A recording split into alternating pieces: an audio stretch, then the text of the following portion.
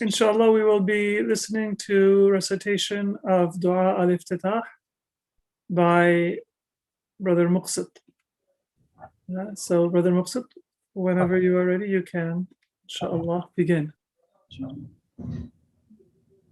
اللهم صل على محمد وآل محمد. أعوذ بالله من الشيطان الرجيم. بسم الله الرحمن الرحيم. اللهم صل على محمد وآل محمد. اللهم إني أفتتح الثناء بحمدك وأنت مسدد للصواب بمنك، وأيقنت أنك أنت أرحم الراحمين في موضع العفو والرحمة، وأشد المعاقبين في موضع النكال والنقمة، وأعظم المتجبرين في موضع الكبرياء والعظمة. اللهم أذنت لي في دعائك وأسألتك، فاسمع يا سميع مدحتي وقي يا إلهي من كربة قد فرجتها وهموم قد كشفتها وعثرة قد أقلتها ورحمة قد نشرتها وحلقة بلاء قد فككتها. الحمد لله الذي لم يتخذ صاحبة ولا ولدا، ولم يكن له شريك في الملك، ولم يكن له ولي من الذل، وكبره تكبيرا. الله أكبر، الله أكبر، الله. جميع محامده كلها على جميع نعمه كلها. الحمد لله الذي لا مضاد له في ملكه ولا منازع له في أمره.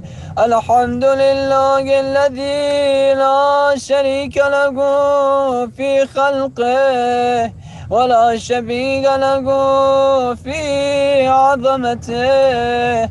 الحمد لله الفاشي في الخلق أمره وحمده، الظاهر بالكرم مجده، الباسط بالجود يديه، الذي لا تنقص خزائنه وما تزيده كثرة العطاء إلا جودا وكرما. إنه هو العزيز الوهاب. اللهم إني أسألك قليلا من كثير مع حاجة بي إليه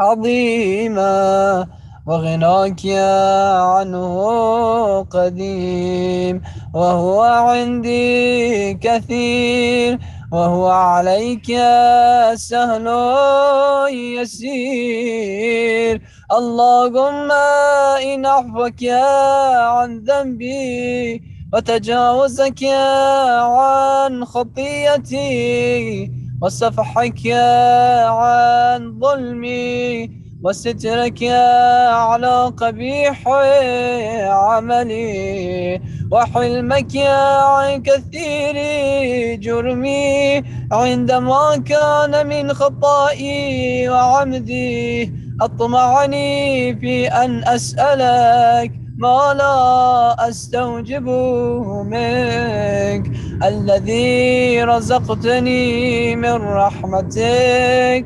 وأريتني من قدرتك وعرفتني من إجابتك فصرت أدعوك يا آمنا وأسألك يا مستأنسا لا خائفا ولا وجلا مدلا عليك فيما قصدت فيه إليك فإن أبطأ عني عتبت بجهلي عليك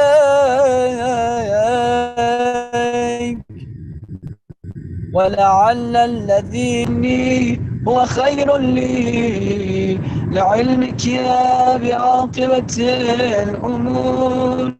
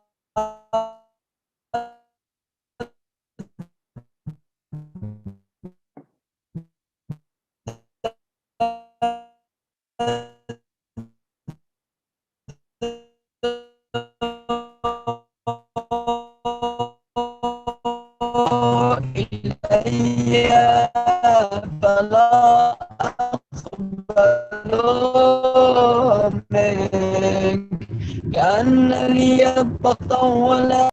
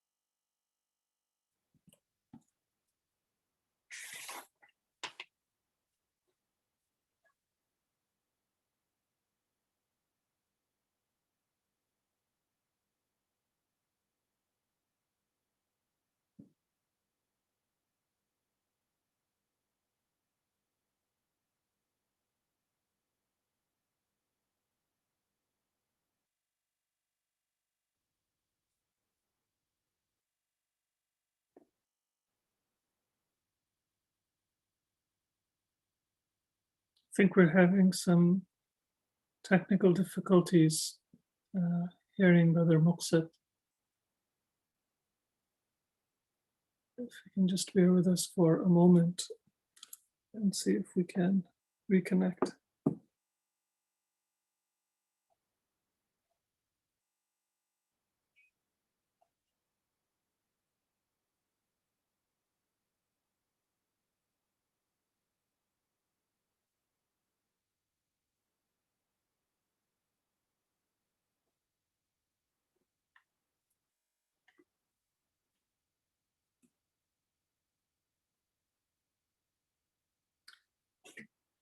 Inshallah, I'll continue the recitation.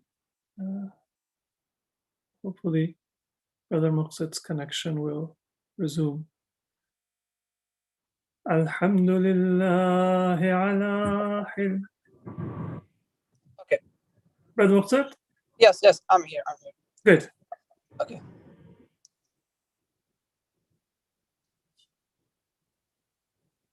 الحمد لله الذي ليس له منازع يعادله ولا شبيه يشاكله ولا ظهير يعاضده قهر بعزة الأعزة وتواضع لعظمته العظمى فبلغ بقدرته ما يشاء الحمد لله الذي يجيبني حين أناديه ويستر علي كل عورة ولا أعصيه ويعظم النعمة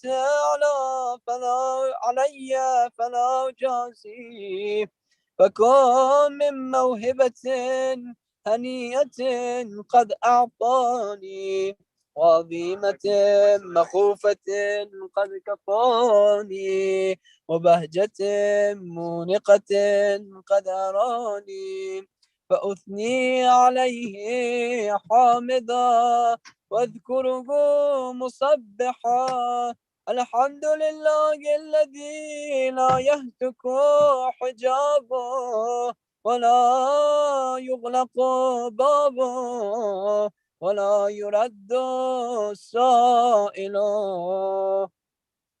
ولا يخيب آمنا الحمد لله الذي يؤمن الخائفين وينجي الصالحين ويرفع المستضعفين ويضع المستكبرين ويهلك ملوكا ويستخلف آخرين والحمد لله قاسم الجبارين مبير الظالمين مدرك الهاربين نكال الظالمين صريخ المستصرخين موضع حاجات الطالبين معتمد المؤمنين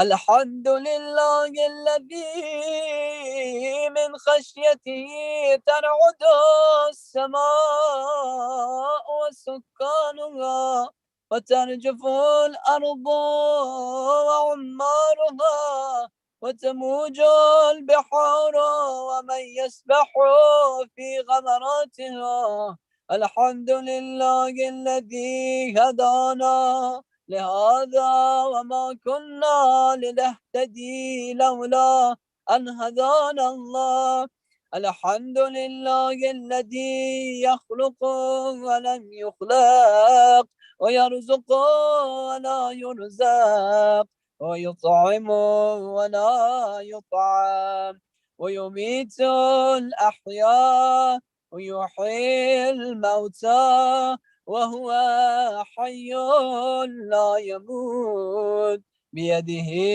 الخير وهو على كل شيء قدير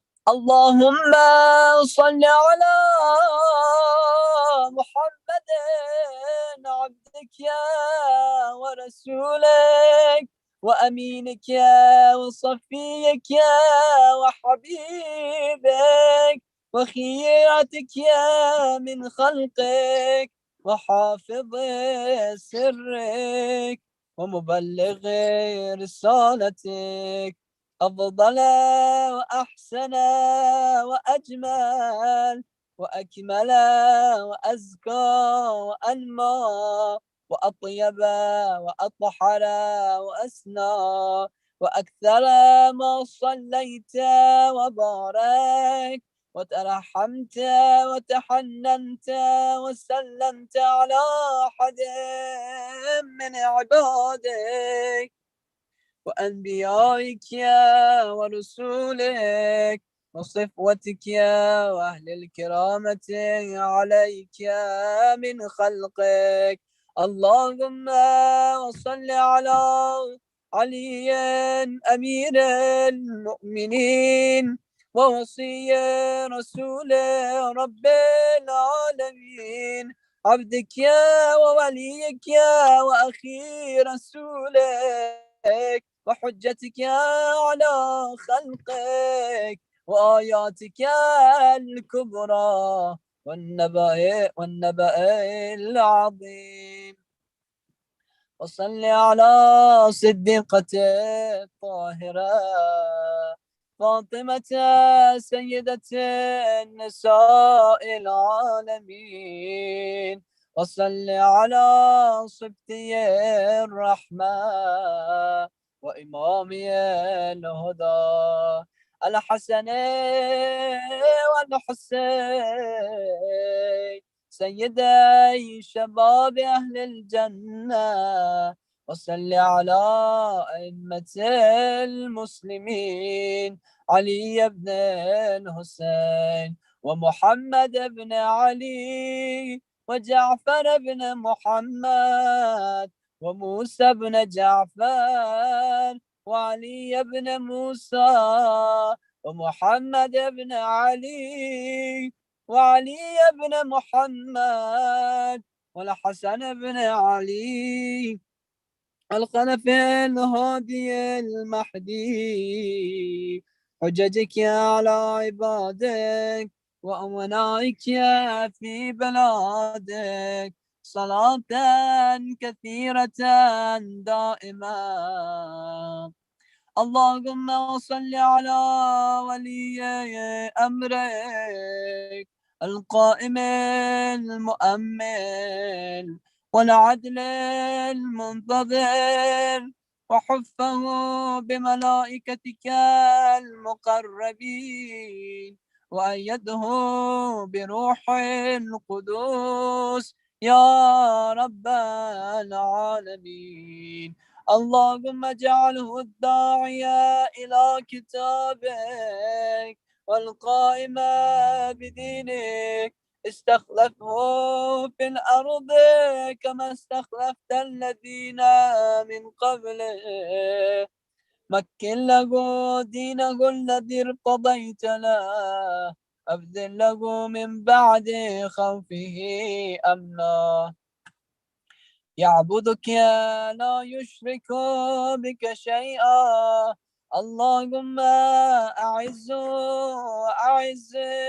به وانصره وانتصر به وانصره نصرا عزيزا وافتح له فتحا يسيرا واجعل له من لدنك سلطانا نصيرا. اللهم أظهر به دينك وسنة نبيك حتى لا يستخفي بشيء من الحق مخافة أحد من الخلق. اللهم إنا نرغب إليك في دولة كريمة تعز بها الإسلام وأهله وتذل بها النفاق وأهله وتجعلنا فيها من الدعاة إلى طاعتك والقادة إلى سبيلك وترزقنا بها كرامة الدنيا والآخرة. اللهم ما عرفتنا من الحق فحملنا وما قصرنا عنه فبلغنا. اللهم المم به شعثنا واشعب به صدعنا وارتق به فتقنا وارتق به فتقنا وكثر به قلتنا وعزز به ذلتنا واغني به عائلنا واقضي به عن مغنمنا واجبر به فقرنا وسد به خلتنا ويسر به عسرنا تبيض به وجوهنا وفك به أسرنا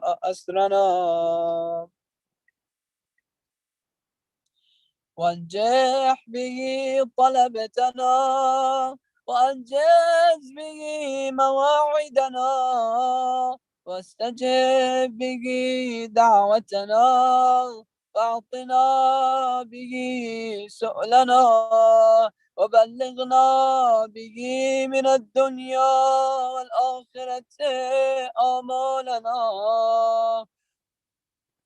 واعطنا به فوق رغبتنا يا خير المسؤولين وأوسع المعطين اشفي به صدورنا واذهب به غيث قلوبنا واهدنا به لما اختلف فيه من الحق بإذنك إنك تهدي من تشاء إلى صراط مستقيم وانصرنا به على عدوك وعدونا إله الحق آمين اللهم إنا نشكو إليك فقد نبينا صلواتك عليه وآله وغيبة ولينا وكثرة عدونا وقلة عددنا وشدة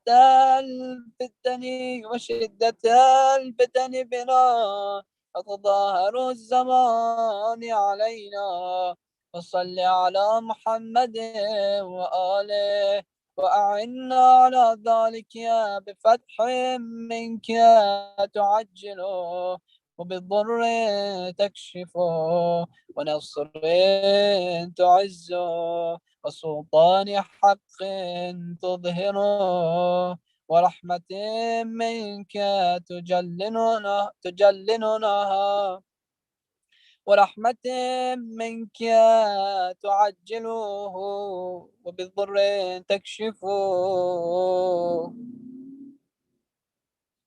والنصر تعزه والسلطان حق تظهر تجاه وعافية منك تلبسنها برحمتك يا أرحم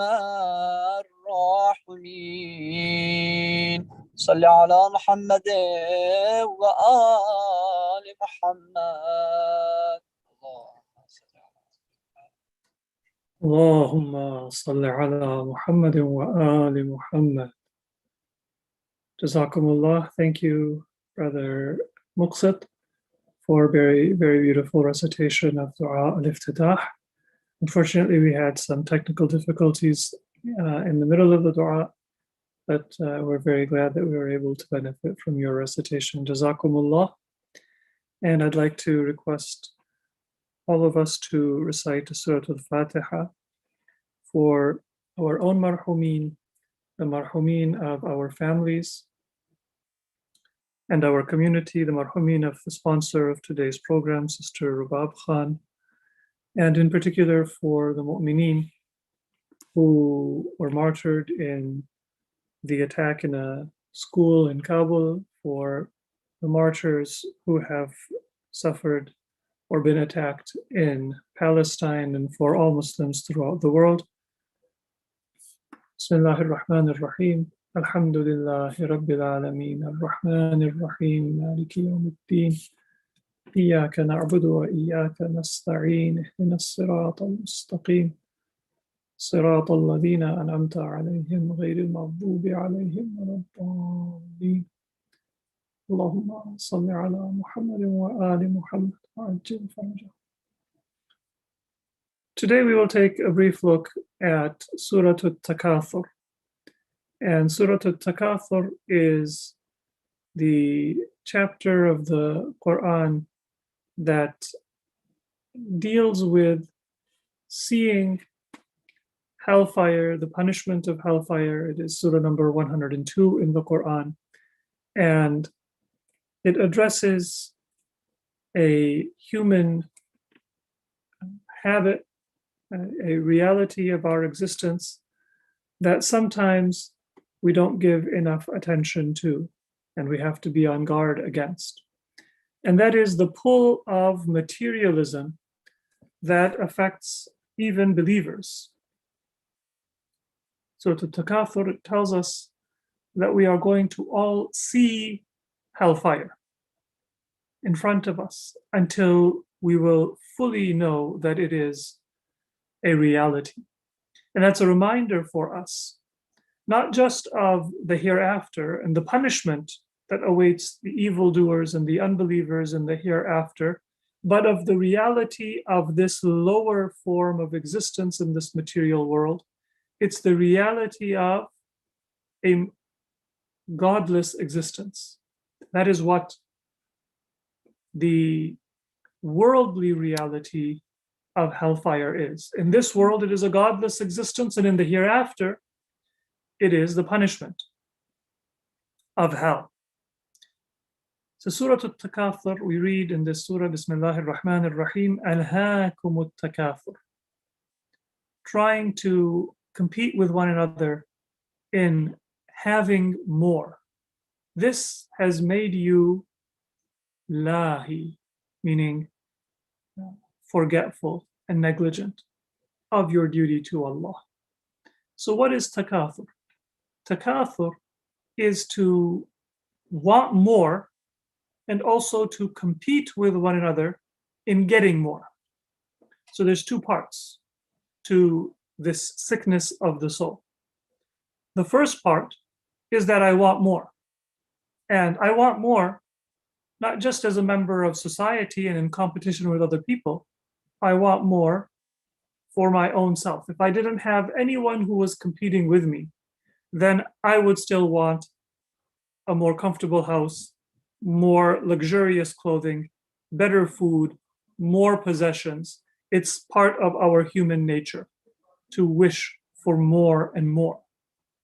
But then there is an added element, the second part of takathur, which is that when we see other people who also have good things, then we want to outdo them. And both of these are negative traits. They're closely related. For example, there might be a new article of clothing that I get, and I'm very happy with it, I'm very proud of it. But then I find that somebody else has that same article of clothing or a better article of clothing, and all of a sudden my pleasure is somewhat reduced. I buy a new phone or some new possession, car, whatever it is, and I'm very happy with it. But then when somebody else has the same thing or something better than what I have, all of a sudden part of my happiness comes to an end. And I wish that I had something better than another person. So to seek the most luxurious, the most comfortable, the most abundant material blessings is a dangerous and a slippery slope, because it can distract us, and it definitely tends to distract us from Allah subhanahu wa ta'ala. Al-Hakum. It makes you lahi, neglectful and forgetful. But it's even more dangerous when our own desire for luxury and for abundance becomes part of our competition with other people. And the Quran, it gives us a different priority. First of all, to prioritize the hereafter. And so we enjoy the blessings that Allah subhanahu wa ta'ala has given us in this world, as we'll talk about in Surah Al-Takathur itself. There's nothing wrong with recognizing, acquiring, using, and enjoying the blessings that Allah subhanahu wa ta'ala has created us in this world. But our priority is for the akhirah. The akhirah is our goal and our true existence. And the second part the Quran has addressed by telling us, فَاسْتَبِقُوا الْخَيْرَاتِ, compete with one another, but don't compete for the affairs of this world, compete for the hereafter. So first, don't seek the biggest, the best, the most luxurious for yourself. Don't make this dunya and your material existence the primary goal of your life, getting richer, getting a bigger house, and so on. Live for something more meaningful than this material existence. And when you enter into society, don't be part of that competition for bigger and better material lives, but rather فَاسْتَبِقُوا الْخَيْرَاتِ, compete if you must compete for what is khair, what is good, what brings you closer to Allah subhanahu wa ta'ala. فِي مِثْلِ ذَلِكَ فَلْيَتَنَافَسِ الْمُتَنَافِسُونَ. Let people who are going to compete, compete for those things that are worthy of our soul. So part one is, don't want this material world more than you want what is everlasting. And part two is, when you enter into society, do so on the basis of a competition for spiritual and not material advancement. And what that means is that I have to choose my friends among people who are not going to make me always think about material things and then want better material things. That should be a part of their life, as it is a part of all of our lives, but a defined part of our life. And then our primary worries and concerns in life should not just be about our temporary and our material existence. And not only should I choose friends on that basis, but I should also be a friend and a member of society on that basis. Meaning, when I live my life, I should not always be showing off my material things, talking about my material things, taking pictures and posting them on social media to bring it to other people's attention and their mind as well. These are not the reality of our existence. So on the individual level, it is important for us to focus on Allah, and on the societal level and in public and with each other, it's important for us to focus on Allah and to create a culture where the material world is not our primary focus, both in how we choose our friends and in what kind of friend we are to them, what we talk about, what we think about, and what kind of message we send. Now, the Quran says, "Alhaakum at-takathur," you are distracted by competing and seeking more of this material world, hatta zurtumul maqabir, until you visit the graves. Now, there's several possible meanings for this verse. One meaning is that you're so concerned with takathur and competing with each other that even when you go to the graveyard, you're still thinking in material terms. The graveyard should be a sign to think of the hereafter. But when I think, I say, for example, that my ancestors were rich and powerful, and I'm from a better tribe, a better race, a better ethnicity than somebody else. So it's as if I'm taking my ancestors and their accomplishments or their race or something about them, and I'm using that to get ahead of other people and think that I'm better than other people. I am an American, and I feel superior to other nationalities or other ethnicities or other races or linguistic groups on the basis of that material affiliation. Or I might say that I had a bigger family. This is also a form of boasting and chauvinism on the basis of what is literally a grave. And the subtle hint in these verses might be that even if you are taking pride in what is alive, then in reality that is also a grave, because it's going to head to the grave. So let's say, for example, that I take pride that I have more children, or my children have gone to better colleges, or they get higher grades, or they're better athletes, or I take pride in how many advanced degrees members of my family have. Whatever people take pride in and consider themselves superior to others for. This is not maqabir, it's not a grave, it's living people. I take pride in my wealth, and that's a fortune that I actually own and I control. But in reality, this is also maqabir, because it's all going to go to the qabr. This family that I take pride in, the wealth that I take pride in, the house that I take pride in, anything. It might be thriving and flourishing right now, but it's going to go to the grave. And many people who had family fortunes, their descendants are living in poverty. Many people who were emperors and kings of their time, their descendants are living not just in poverty, but in anonymity. Nobody knows who they are. So perhaps the hint of the Quran is that you take pride in things, and you're so foolish that you even take pride in dead things that should be a reminder for you of death, not a matter for arrogance. And then remember that even when you take pride in living things, your family, your possessions, your wealth, that too is dead in a sense. How is it dead? It's dead because it's going to be dead before long. Another meaning of حتى زرتم المقابر is that you are going to continue being distracted until you visit your grave. And these two meanings can be related. When we visit the grave for others, we're still distracted, but when we visit the grave for ourselves, then we will no longer be distracted. And that is a reminder that for many of us, true realization of the passing of this life and everything that we have in this life, it doesn't come to us until we die.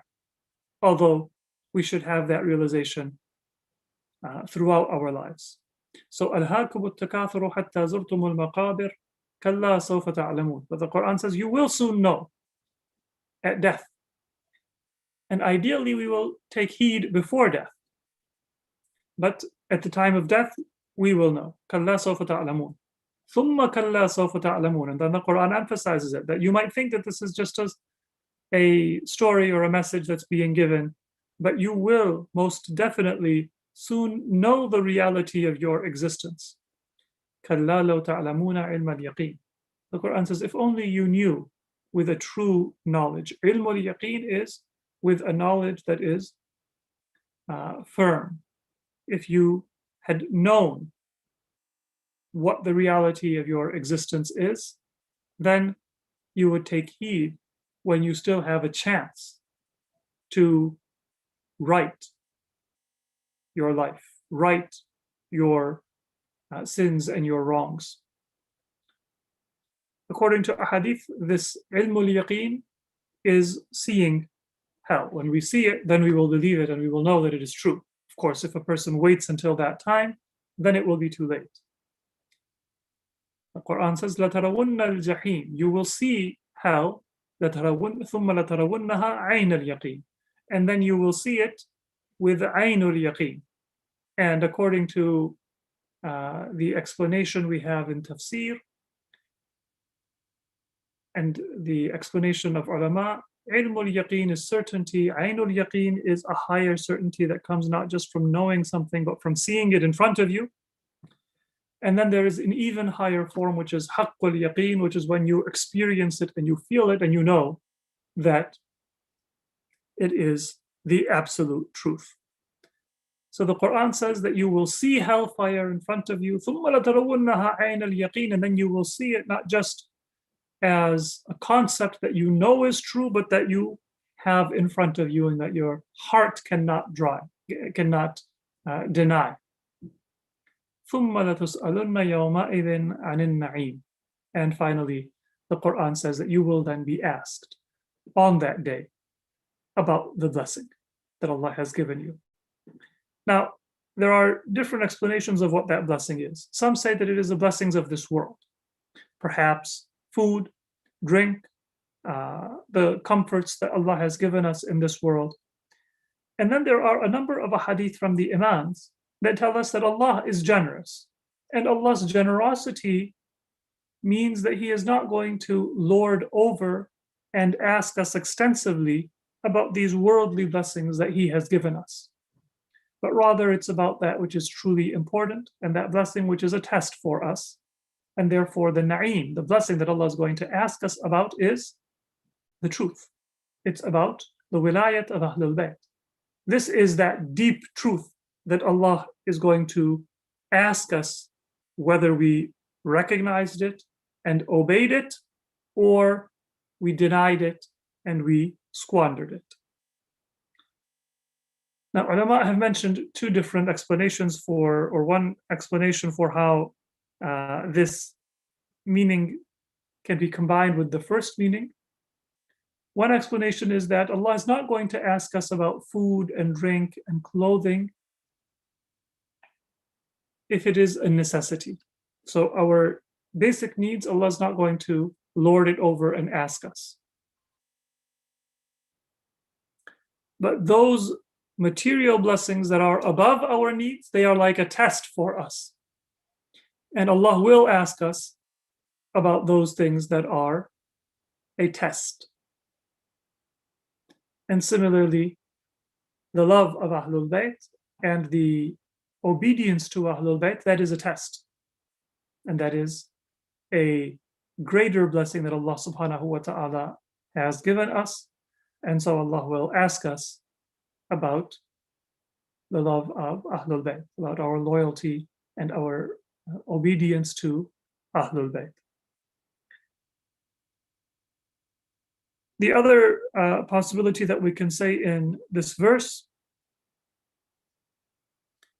is that Allah subhanahu wa ta'ala will not be interrogating us about material blessings as much as He will interrogate us about the religious responsibility and blessing that He has given us, that He has put at our hands for us to benefit from. So in that case, the Quran is saying you will be asked about the bounty, and because the true and the great bounty is Ahlul Bayt alayhimus salatu wasalam, that is what Allah will ask us about first of all and most of all. And then of course Allah might also ask us along with that about the other blessings and bounties that He has given us. So Surah At-Takathur, in the end it comes back in a full circle. In the beginning it tells us that Alhaakum At-Takathur, you want to get more and more, and that distracts you. But at the end the Quran says, ثُمَّ لَتُسْأَلُنَّ يَوْمَئِذٍ عَنِ النَّعِيمِ, you are going to be asked about the blessings and the bounties that Allah has given you, and therefore you should be thinking about those bounties, but not in order to get more and more. Instead, you should be thinking about those bounties to recognize that you have a responsibility to Allah. And if Allah has given you life, if Allah has given you intelligence, if Allah has given you resources, if Allah has given you wealth, then He expects you to be responsible and to use them to serve His path, to do what is right, to use them in accordance with His laws and with His guidance. And so na'im is good. It has a positive connotation. It is the resource with which we can earn God's reward in the hereafter. But we have a responsibility to it. And it should not become a distraction, but rather it should increase in us a sense of obligation to Allah subhanahu wa ta'ala. May Allah grant us of His bounties, and in particular, His greatest bounty, which is recognition and obedience to Muhammad wa ali Muhammad alayhimus salatu wassalam. And may Allah subhanahu wa ta'ala make us among those who are able to answer that we recognized and we followed and we obeyed, and we did not waste and we did not deny the guidance of Ahlul Bayt alayhimus salatu wassalam. We have just a few minutes until Maghrib time. We ask all of you for your du'as. Wassalamu alaikum wa rahmatullah.